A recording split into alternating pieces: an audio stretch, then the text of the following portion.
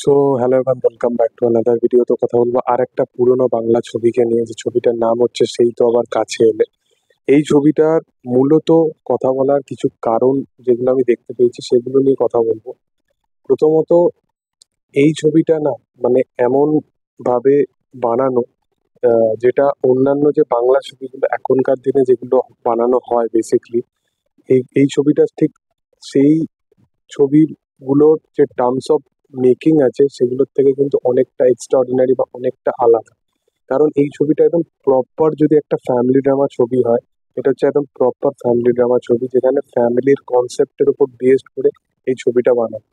কিন্তু এই ছবির মধ্যে যে মেকিং জিনিসপত্র আছে, যে কমার্শিয়ালি টাচ আছে, সেই জিনিসগুলো দেখে এইটুকু বোঝা যায় যে তারা ট্রিটমেন্টটা যতই ফ্যামিলি ড্রামা দিক বা যেরকমই দিক না কেন, তারা অডিয়েন্সকে, যারা সিনেমা হলে আসতো, তারা সব জিনিসটা যে দেখাতে চাইতো, যে ট্রিটমেন্টটা রাখতে চাইতো, সেটা কিন্তু লার্জার দ্যান লাইফে দেখতে চাইতো। ওই জন্য গানগুলো বা সংগুলো বা প্রসেনজিৎ তাপস পালকে একসাথে একই স্ক্রিনে প্রেজেন্টেবল রাখা, বা দুজনের সাথে কথা বলা, ইকুয়েশন বানানো, এই প্রত্যেকটা জিনিস না অডিয়েন্সকে একটা ফ্যান ক্যাটারার সার্ভিস হিসাবে, মানে ছবিটা ডেলিভার করার প্রচেষ্টা করবে। তার সাথে সাথে শতাব্দী চট্টোপাধ্যায়, প্রসেনজিতের কেমিস্ট্রি, এবং রঞ্জিত মল্লিক সেই টাইমে প্রসেনজিতের অ্যাজ এ ফাদার হিসাবে, মানে এই কেমিস্ট্রির মানে জুটি বিশাল বড় লেভেলের একটা জুটি। এবং এখনো যদি তারা একসাথে কোনো কাজ করে, তাদের এতটা ফ্যান বেস আছে যে তাদের কাজ একসাথে দেখার জন্য অডিয়েন্স বিশালভাবে তাকিয়ে থাকবে।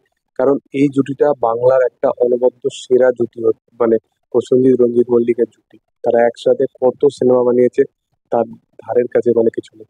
সিনেমার কনসেপ্ট একদম বেসিক লেভেলে, যেটা অ্যাকচুয়ালি টিপিক্যাল বাংলা ছবির ক্ষেত্রে হয়।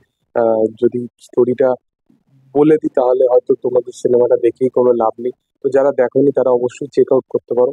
কিন্তু এই ছবির সাথে এখনকার দিনের ছবির এটাই পার্থক্য, যে এই ছবিগুলো আহ, যেরকমই ফ্যামিলি ড্রামা হোক বা যেরকমই কনসেপ্টের সাথে বানানো বা যেরকমই ইন্টেনশনের সাথে বানানো হোক না কেন, ছবিগুলো যখন তুমি দেখতে বসবে, অ্যাটলিস্ট এনজয় ফিল করবে, ইমোশন গুলো ফিল করবে, যেখানে কমেডি দেখানোর প্রচেষ্টা করা হচ্ছে সেইগুলো ফিল করবে। তো প্রত্যেকটা জিনিস না ইকুয়ালি অডিয়েন্সকে বেঁধে রাখতে সাহায্য করে এবং এঙ্গেজ করতে সাহায্য করে। রিসেন্ট টাইমে লাস্ট যে দু একটা বাংলা ছবি দেখলাম, সেই জিনিসপত্রগুলো এঙ্গেজ করতে অনেকটা টাইম লাগে অডিয়েন্সকে। তো সেই জন্য ফ্যামিলি ড্রামা হোক বা কনসেপ্ট যেটাই হোক, এখন যে সিনেমাটা যে দুটো পার্টে ভাগ হয়ে গেছে, সেই জিনিসটা কিন্তু তখন ছিল না। এবং তারা সবকিছুটাই লার্জার দ্যান লাইফ স্কেলেতেই বানাতো। এবং এই ছবিতে অবশ্যই প্রসেনজিৎ চট্টোপাধ্যায় আছে, তার চেয়ে বড় ভালো কি হতে পারে, এবং রঞ্জিত মল্লিক আছে। দুজনের পারফরমেন্স, দুজনের ইকুয়েশন ব্যাপক, এবং তাপস পাল সেই টাইমের ওয়ান অফ দ্য বেস্ট অ্যাক্টরদের মধ্যে একজন ছিল। তো যাই হোক, এই ছবিটা যদি দেখে থাকো তো তোমাদের কি রিয়াকশন ছিল, এবং অন্যান্য যদি কোনো ছবি নিয়ে কথা বলি, তো সেরকম যদি চাও তাহলে অবশ্যই কোনো ছবি রিকমেন্ড করতে পারো, বাংলা ছবি। আর ভিডিও ভালো লাগলে অবশ্যই লাইক শেয়ার সাবস্ক্রাইব করে দিও প্লিজ। আর কিছু বক্তব্য থাকলে অবশ্যই কমেন্ট সেকশনে জানাতে হবে। Thank you all, by.